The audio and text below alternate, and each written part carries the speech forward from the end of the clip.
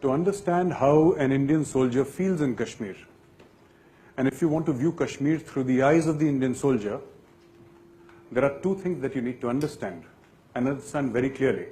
One, what is the DNA of the Indian Army? And two, who is that soldier who makes the Indian Army great? Now, if you speak to a general, and I'm sure most of you would have heard generals as motivational speakers and addressing you at various forums, many generals will tell you about national security, they will tell you about tactics, they will tell you about theater operations, nuclear deterrence, but I will tell you what the Indian Army actually does at the ground level. The Indian Army is a blunt instrument. As I've said before, it's not a scalpel, it's a broadsword. Our core job is to kill enemies of the state and to protect India from all enemies, foreign and domestic. That is what we do. This is the largest volunteer service in the world. And truth be told, and not because I'm from that very institution, but truth be told, trust me when I say this, it is the most fearsome fighting machine you've ever seen.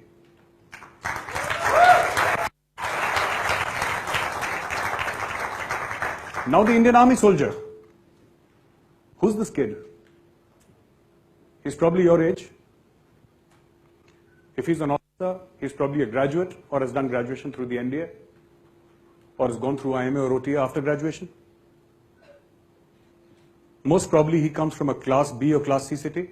Very few from Class A cities. This kid, and I'm saying kid because many of you might feel offended, saying that we are 23, 24. Why are you calling him a kid? Because anybody in that place is a kid. You're never old enough to see bloodshed in your life. And that is the truth. These people are the backbone of the Indian Army, not the fighter jets of the Air Force, not the Bofors guns, not the Arjun tanks. It is the infantry soldier on ground. It is that infantry soldier, that special forces soldier, who 4 days back crossed over into Pakistan-occupied Kashmir. And I'm not at a liberty to tell you today how many people we killed in Kashmir. Now, I have a grass-cutting theory I was sharing with some of the students here. And people often accuse me of being violent, but I'm a soldier, that is my trade. Okay? We're supposed to be violent. We're not peace-loving people by nature. Dealing with Pakistan should be of similar function like cutting grass. You have a lawn in your house, every week you cut grass. It is not the grass's fault, but grass gets cut. Let us not wait for Pakistan to provoke us and then we retaliate. We should be doing the provoking, and we should cut this grass every week. That is how you handle Pakistan.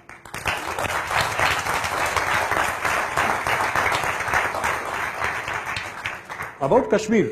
Kashmir is an integral part of India. In 1947, Pakistan invaded Kashmir and took away 1/3 of Kashmir. And where that line where the ceasefire was declared was called the ceasefire line.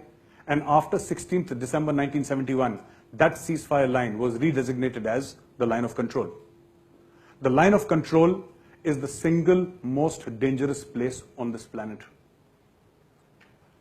And I will tell you why we are in Kashmir. Many people object. Why do you need 6 lakh Indian Army in Kashmir? You need the Indian Army in Kashmir because we don't have very friendly neighbors. We have a 760-kilometer long, volatile, mined, barbed, electrified, fenced line of control. And we have a very, very, very active jihadi infrastructure in Rawalpindi in Pakistan. That is why the Indian Army is there in Kashmir. And apart from that, I can also tell you, we are the defenders of the people, we are the defenders of the land. We are in Kashmir, not just to defend the land and the people. We are there to heal the wounded and to lead the lost. And we have done it for 25 years in Jammu and Kashmir.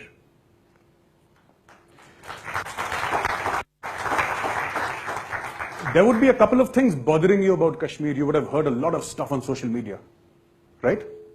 Pellet guns, and how they blind little children, and how army people are cruel. First of all, before I proceed, I would like to make a statement here, and I hope all you young ladies and gentlemen will understand and imbibe. There are certain vested interests, both in India and in Pakistan, who are trying to give this a religious flavor. Kashmir has nothing to do with religion. All right? The fact of the matter is that Jawaharlal Nehru messed up, and we are cleaning that mess. That is the first truth. Pakistan took advantage of a problem that government of India had created already. Now, Kashmir is the direct fallout of the Afghan jihad. In 1979, the Soviets invaded Afghanistan. They left after 10 years because the Pashtuns just decided to beat them black and blue with American support in dollars, which is a fact. After which, General Ziaul Haq of Pakistan diverted all the resources and all the funds to Kashmir. Now, why does this happen? This happens primarily because Pakistan is geographically narrow. Pakistan is 300 miles wide and 1,000 miles long at an average. The Indian Army, Navy, and the Air Force, if the Navy blockades Karachi, Port Bin Qasim, the Indian Army has the capability to reach Afghanistan in 14 hours, cutting across Pakistan. Now, you can well ask me why we don't do that. And there is a reason to it. And that is the reason why Pakistan starts insurgencies and terrorism. So along the Iran border, they have a terrorist group called the Jundullah. On the Afghan border, they have the Haqqani network. And they have the Afghan Taliban. Towards India, in the early 80s, they created the Khalistan movement. And in 1989, Kashmir exploded in everybody's face. So when you don't have your land to fight, because you always want to fight on somebody else's land, you don't want to let the other guy come inside your house and you fight him there. You want to go on the road and fight him there and not allow him to enter your house. So Pakistan started creating these areas of strategic depth. If you can't have the land, you can have influence. And that was the core of Pakistan's strategy. That is why you have 6 lakh Indian Army there. And now about pellet guns. I've heard a lot of Indians saying that it's very cruel. You're killing children. That's not true. And I'll tell you the truth today. The Indian Army would have told you the truth, but unfortunately they're not allowed to speak. So I'm taking this liberty to speak on their behalf. There is a small bunker in downtown Srinagar with 10 or 15 security personnel with pellet guns because they are not allowed to use real guns. They are surrounded by a mob. They are surrounded by a mob of 1,500, 2,000 people. And these people start off by throwing stones. They start closing in on this bunker slowly and slowly. And all this is happening over a period of 1 or 2 hours. It's not happening suddenly. So the pressure increases slowly. When they are close enough, they start throwing acid bottles. When they get closer, they start throwing Molotov cocktails. I hope you know what a Molotov cocktail is. Okay, after this lecture, I'll teach you how to make one, in case you're interested. All right? So, the pressure builds up, and the soldier, under pressure, discharges his weapon. Now, what happens? A kid dies, but I want to ask you, what is a 5-year-old kid doing in front of a military bunker? Who put that child there? And I will tell you who put that child there. The Hurriyat Conference put that child there. क्योंकि एक 5 साल के बच्चे का जनाजा अच्छी सियासत है. A funeral of a 5-year-old child makes for very good politics, and that is what the Hurriyat Conference does. And it's very unfortunate. Hurriyat Conference gets money from ISI, and it also gets money from our central government. We have been paying the Hurriyat Conference 100 crore rupees a year. Until now, we have paid them 7,700 crore rupees. And I hope the Prime Minister listens to this TED Talk and shuts off that tap.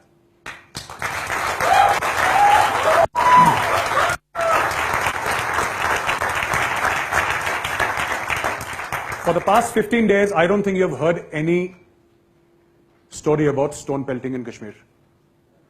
It suddenly ended. How did it end?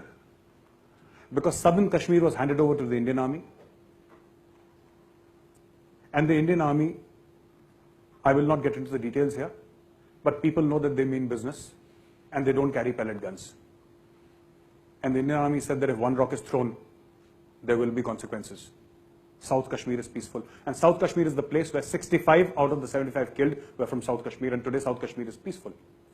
And in many districts in South Kashmir, there is no curfew at all. Peace. There is a hadith in Islam, and it's a very beautiful hadith, and you must listen to this. The hadith says, Shamsheer ke saaye ke tale jannat palti hai. Paradise is under the shade of swords. If you love your country, if you truly love your country, you must be willing to protect it with violence. You cannot protect a country with peace. You need strong, tough men who are willing to do violence on your behalf so that your motherland is safe.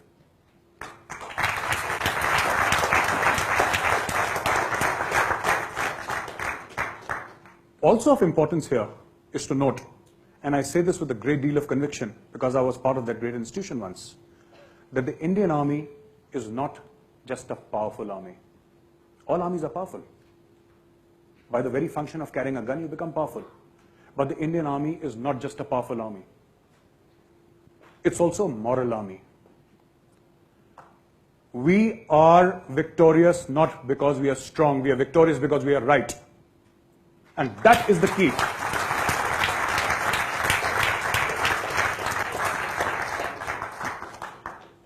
During difficult pregnancies and mountainsides, during floods, during earthquakes, I think most of you will remember those television images of 2-3 years back when Srinagar looked like an island. Indian Army soldiers literally lifted that city on their shoulders and they rescued that city. Only to be assaulted by the locals. And these are not normal locals because normal everyday Kashmiris are very nice people. These are a group of politically motivated people financed from across the border who do this. This point should be noted here. We like to be good. We like to do good. But let me tell you very categorically, we have no patience with traitors or enemies. An Indian Army soldier is an emotionally uncomplicated human being, which is not to say that he's not emotionally evolved. He's just emotionally uncomplicated. He looks at the world through the prism of dost ya dushman. And if he thinks that you're a dushman, then he will not find you worthy of embracing. And consequences follow.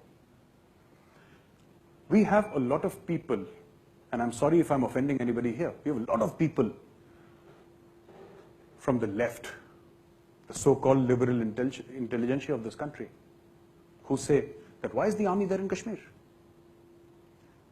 They say there are human rights violations. Of course there are human rights violations. But nobody knows how many people have been put in jail, how many people have been court-martialed, and how many people the army has punished. Because by the very nature of its being, by the very fabric of its being, you cannot allow a rule breaker to be part of a disciplined force.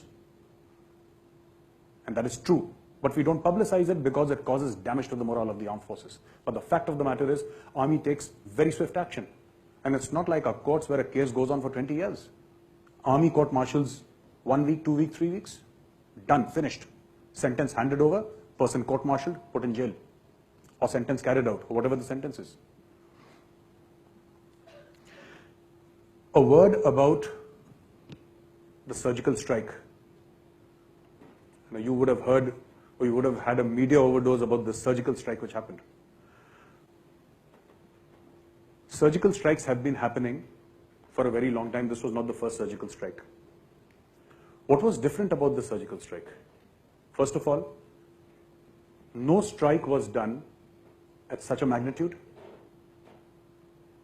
And this is being recorded, so I can say on camera, I have been across the line of control myself. and I will tell you. All right? It's no big deal.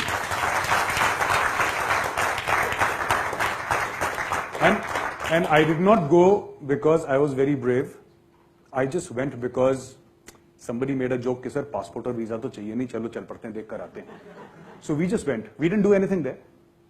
But crossing the line of control is no big deal. Now, what has happened under the current government, which has raised the morale of the Indian Army, is that A, the Prime Minister stood up in front of the world and said, I own these strikes. I ordered them. Right?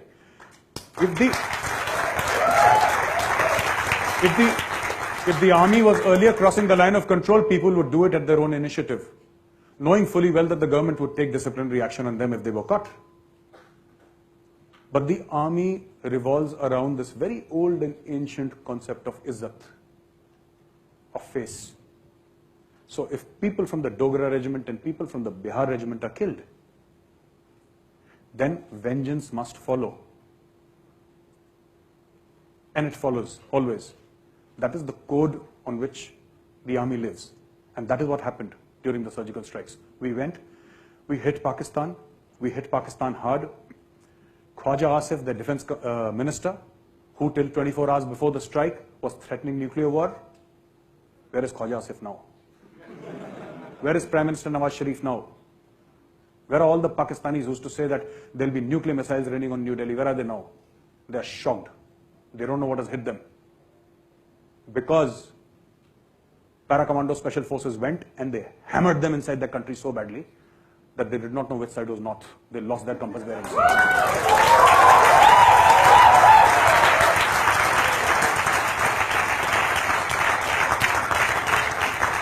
And this time the Indian Army has made up its mind. They will not wait for Pakistan to attack first. This hammering will continue on a daily basis. I told you about the cutting of grass. We will cut the grass. You know, you said how the soldier sees Kashmir. It's very interesting. And it's all very emotional because when you're in the game of life and death and when actually spilling blood, you don't look too much at logic because if you're a very logical person, nobody can get you to kill or be killed. Right? So many people think that, you know, maybe Fauji's are not so bright. That's not true. That's not true. What happens is that we work from muscle memory. We are trained thousands of times. Dash, down, crawl, observe, fire. What does this mean?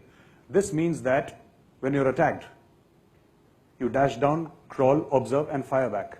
You don't think. This is part of the drill. Right? And the Indian Army works on 3 principles. Remember these principles, they will hold you in good stead in your life. Izzat, wafadari, dastur, honor, loyalty, and tradition. We want peace in Kashmir. Truth be told, we want peace in Kashmir. We don't want to fight in Kashmir. We don't want to fight because we are the one who come back, we are the ones who come back home wrapped in the tricolor. It is our families who cry. But we want peace with honor. A peace without honor is not acceptable. It has to be peace with izzat. That is the operative word. And lastly, I want to tell you something about the army. This army has never let its citizens down. The army functions on the premise of no retreat, no surrender. As I wrote in my blog long time back, soldiers have a creed. Soldiers have a code of honor. We are all brothers. We do not leave our dead behind. Either we all win or we all die. Jai Hind.